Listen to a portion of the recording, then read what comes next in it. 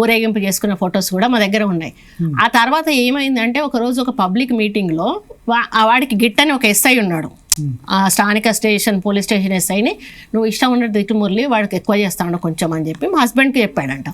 ఇంకా ఒక ఎమ్మెల్యే చెప్పినాక ఎట్లుంటుంది చెప్పండి, ఈయన కొంచెం మైక్లో మంచిగానే అందుకొని ఎస్ఐని తిట్టంగానే మర్నాడు ఆ రోజు మొత్తానికి ఆయన్ని లోపలేసా తీసుకెళ్ళి వేసి ఒక రోజు ఉంచుకున్నాక తెల్లారి మళ్ళీ ఇతనే పోయి మావాడిని ఎందుకు మీరు లోపలేశారు వదిలిపెట్టండి అని వదిలిపెట్టేసుకొని వచ్చాడు.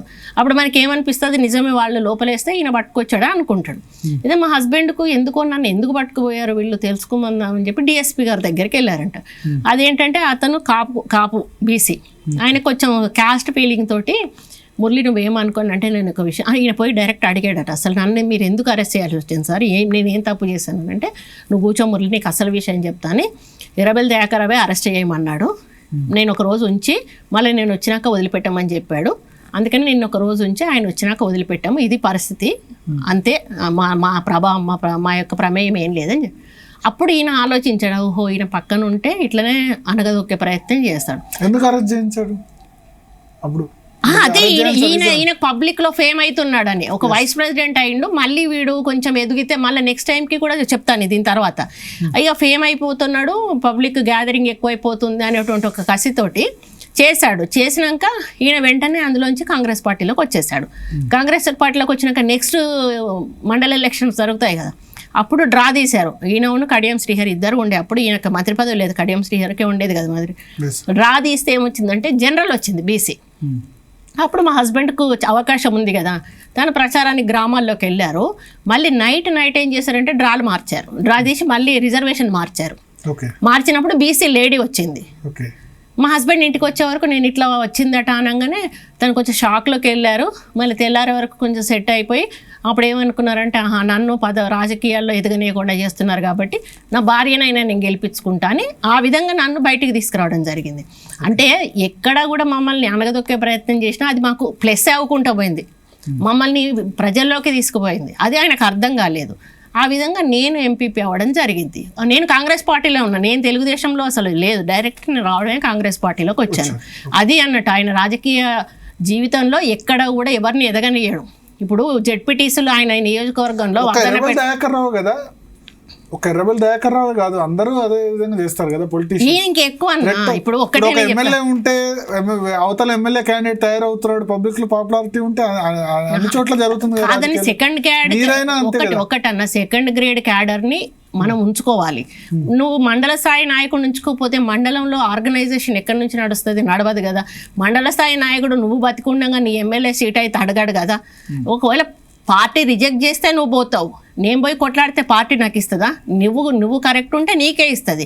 కానీ మేము అక్కడ దాకా పూక ముందే అనగదు. ఇప్పుడు వర్ధన్నపేటలో సంగం మండలం ఒక్కటి తీసుకోండి అన్న, ఒక్కసారి ఆ లిస్ట్ తీయండి. సంగం మండలంలో జెడ్పీటీసీలు ఎవరెవరు నిలబడ్డారు అంటే బయట వాళ్ళని అరువు తెచ్చుకొని అక్కడ జెడ్పీటీసీగా నిలబెట్టి వాళ్ళని జెడ్పీటీ చైర్మన్గా చేశాడు.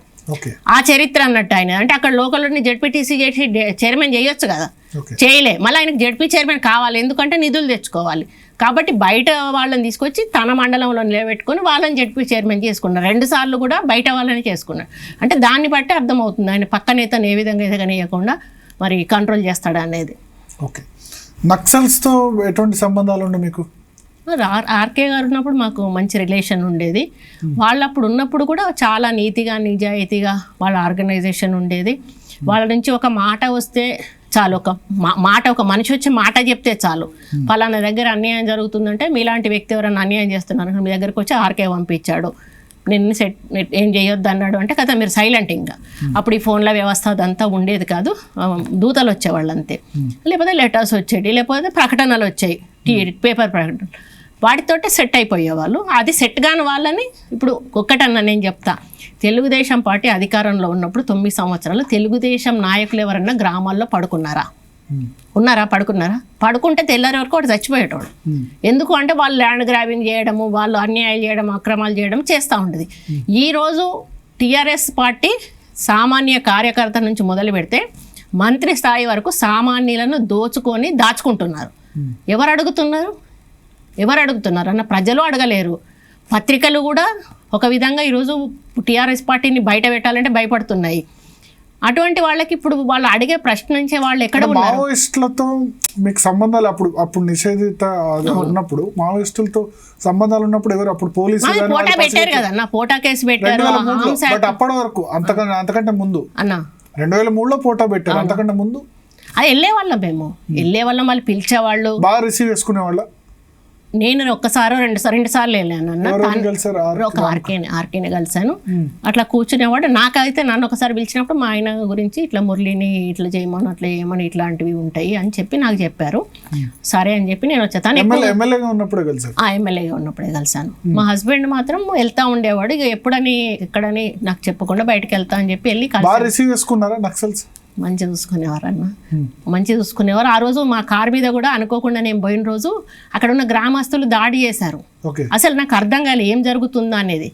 అప్పుడు ఏం చేశాడంటే ఆయన ఒక మనిషిని పంపించి మన వాళ్ళే అంతకు ముందు రోజు అంటే వాళ్ళు ఊర్లలో ఇవి తునికాక అది ఏరుకొచ్చుకొని అమ్ముకొని డబ్బులు పెట్టుకుంటారు కదన్న. అట్లా డబ్బులు పెట్టుకుంటే ఎవరో కార్లో వచ్చి దొంగతనం చేసుకొని వెళ్ళారంట.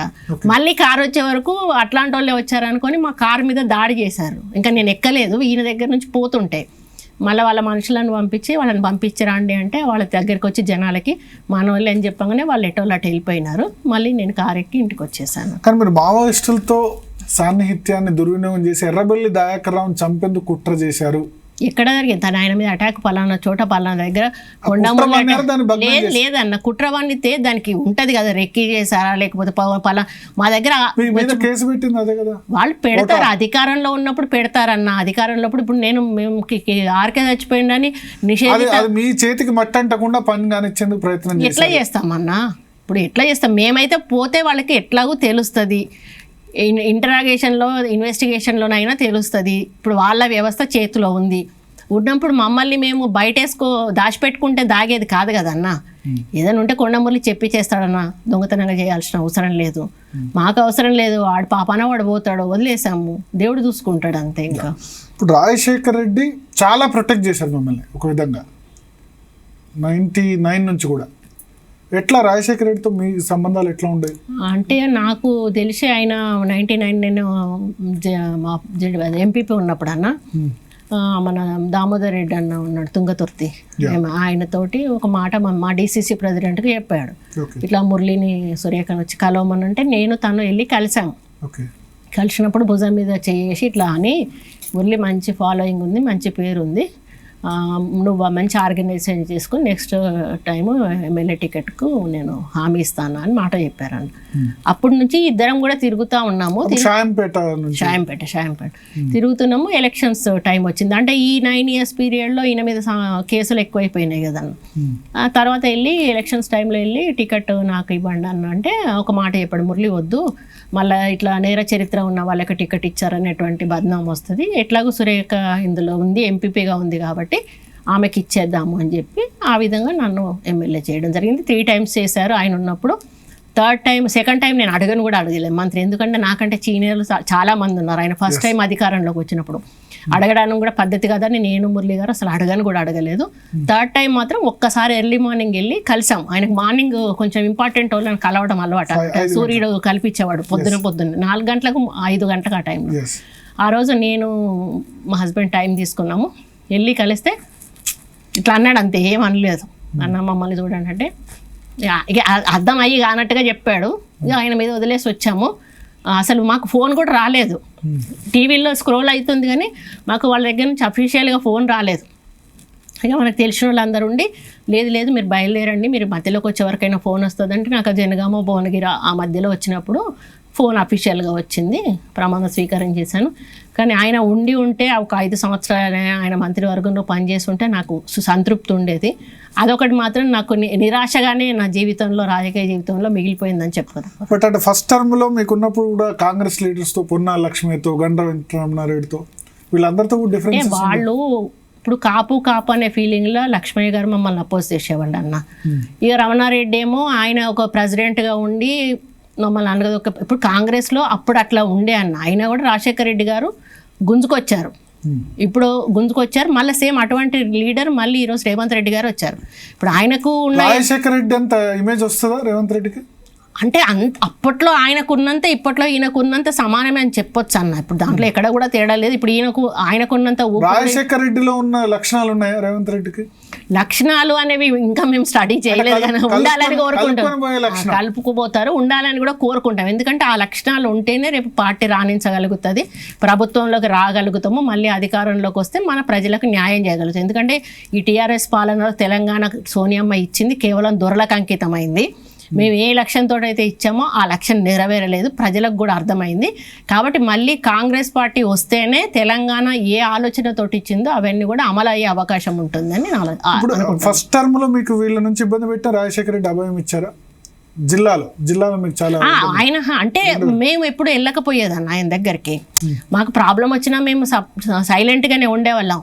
ఈ 3 టర్మ్స్ కూడా మేము మామూలుగా 2004 నుంచి 9 మధ్య విపరీతంగా సంపాదించారు మీరు. లేదన్న, ఆ టైంలో రెచ్చిపోయారు. వరంగల్లో భూ కబ్జాలు మాక్సిమం చేసి ఫస్ట్ స్టార్టింగ్ లో చెప్పినప్పుడే ఆ మాట అన్నాను నేను. ఆ టైంలో మేము సంపాదించుకోవాలనుకుంటే 1000 కోట్ల రూపాయలు సంపాదించుకునే వాళ్ళం. ఈ రోజు 100 కోట్లు 100 కోట్లు 1000 కోట్లు కాదన్నా, మేము అసలు 100 కోట్లు కూడా 100 రూపాయలు కూడా సంపాదించుకోలేదు. పేరు సంపాదించుకున్నాం, పబ్లిక్ లో మంచి పేరు సంపాదించుకున్నాం అంతే తప్పితే ఏ రోజు కూడా మేము డబ్బుకు ఆశపడలేదు. మేము జనాలకి ఇచ్చినాం కానీ ఎప్పుడు కూడా పబ్లిక్ నుంచి కానీ లేకపోతే ప్రభుత్వ ల్యాండ్లు ఆక్రమించుకుందామా, బాన్ ల్యాండ్ తీసుకుందామా, వీళ్ళు ఎప్పుడు కూడా అట్లా ఆలోచిస్తాం. హైదరాబాద్లో ఎక్కడ పడితే అక్కడ ఉండేటినా. ఈ రోజు హైదరాబాద్లో మాకు ఒక ఇల్లు తప్పితే ఇంకేమన్నా ఉన్నది అని మీరు ప్రూవ్ చేయండి.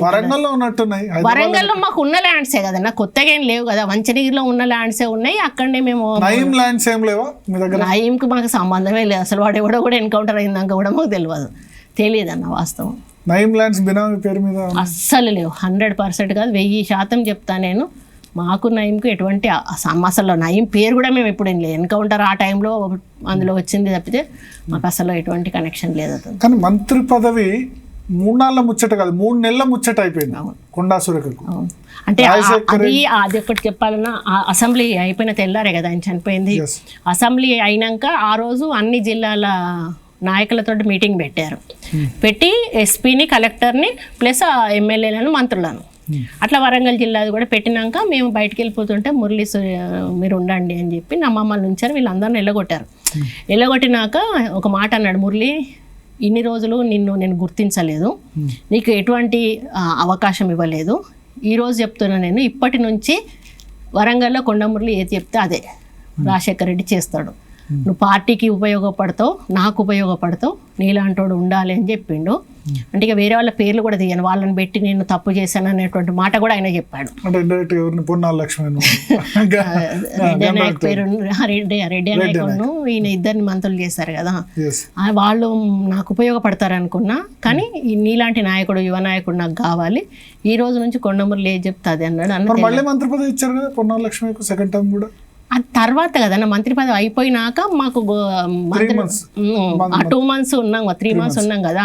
ఆయన రేపు చనిపోతాడు అనగా ముందు రోజు పిలిచి చెప్పాడు. అంటే అప్పటి వరకు ఆయన మంత్రి, నేను మంత్రే. అయితే నాకేం డౌట్ ఉండే, సేమ్ కమ్యూనిటీ కదా, ఆయనకి ఎట్లా ఇవ్వాల్సి వస్తుంది, నాకు ఇవ్వడు కావచ్చు అని మేము అనుకున్నాం. ఇక వదిలేసుకున్నాం, ఆశ వదులుకున్నాం. అయితే డి శ్రీనివాస్ ఎప్పుడు అనేవాడు అన్నట్టు, ఆయన రాబోయే ఉంటాడు, చాలా క్లోజ్గా ఉండేవాడు. మా ఆయనను బావా అని పిలుస్తాడు అన్నట్టు. సురేఖ నువ్వు అదృష్టవంతురాలివి అని అన్నాడు ఒకసారి. ఎందుకు అని అన్నా, నీకు 2 కులాలు ఉన్నాయి, ఒక కులం కాకపోతే ఒక కులం అన్నాడు. నాకు అది యూజ్ అయింది రాజశేఖర రెడ్డి గారి దగ్గర. పద్మశాలి కమ్యూనిటీ నుంచి ఇచ్చినట్టుగా నాకు ఆ రోజు ఇవ్వడం జరిగింది. అప్పుడు ఇచ్చిన తర్వాత ఈ మీటింగ్ అన్నట్టు, అప్పుడు మనకు అసెంబ్లీ అయిపోయినాక ఈ మీటింగ్లో ఆ మాట అన్నారు. ఇంకా మేము అనుకున్న ఇక మా దశ తిరిగిపోయింది, ఇప్పటి నుంచి మా రాజశేఖర రెడ్డి గారు మమ్మల్ని గుర్తించారని సంతోషం పడ్డా. 24 గంటలు కూడా గడవకముందే ఆయనను కోల్పోవాల్సి వచ్చింది. బట్ రాజీనామా చేశారు వైఎస్ రాజశేఖర రెడ్డి కోసం. అంతమంది మంత్రులు ఉండే, 30 మందికి పైగా మంత్రులు ఉండే, మీరు మాత్రమే ఎందుకు రాజీనామా చేశారు? చెప్పా కదా, ఎవరి స్కెచ్ అది? ఎవరి స్కెచ్ కాదు. మాకు ఆయన మీద ఎందుకు ప్రేమ అంటే, ఇప్పుడు దయాకర్ రావు మమ్మల్ని ఇబ్బంది పెట్టిందంతా మీకు చెప్పాను కదా. అది చెప్పినప్పుడు ఆయన ప్రతిసారి కూడా మాకు అండగా ఉండేవాడు. నేను ఉన్నాను, మీకేం కాదు, నేను ఉన్నాను అనేటువంటి ఒక భరోసా ఇచ్చేవాడు. ఆ భరోసాతోటే మేము ధైర్యంగా రాజకీయాల ముందుకు వచ్చాము. లేకపోతే ఎక్కడో ఆగిపోయేవాళ్ళం. ఒక వ్యక్తి, ఒక నాయకుడు భరోసా లేనప్పుడు కింది నాయకుడు ఏం చేయలేడు అన్న. ఇప్పుడు ఎంత నీకు ఉన్నా కూడా, నీకు పబ్లిక్ ఉన్నా, ప్రాపర్టీ ఉన్నా కూడా ఒక నాయకుడు భరోసా ఉండాలి. మీకంటే 2004 నుంచి 2009 మధ్యలో రాజశేఖర రెడ్డి ప్రభుత్వంలో చాలా మంది చాలా రకాలుగా బెనిఫిట్స్ పొందారు. వాళ్ళు ఎవరు రాజీనామా చేయండి, ఈవెన్ అంటే వాళ్ళకి విలువలు తెలియలేదు కావచ్చు. నాకు ఆయన ఎందుకు రాజీనామా నాకు ఆ విలువ, ఆయన విలువ అనేది తెలిసింది కాబట్టి ఆయన చనిపోయినాక నాకు అటాచ్మెంట్ తోటి మా హస్బెండ్ నేను డిసైడ్ చేసుకున్నాం. అటువంటి వ్యక్తి కోసం మనం మంత్రి పదవి వదిలిపెట్టుకుంటే అదొక త్యాగం అంతే, అదొకటి నిలిచిపోతుంది, అది వదిలిపెట్టుకోవాలి ఆయన కోసం. ఎందుకంటే ఆయన కొడుకు కావాలి అనేది. అప్పుడు తెలంగాణ కోసం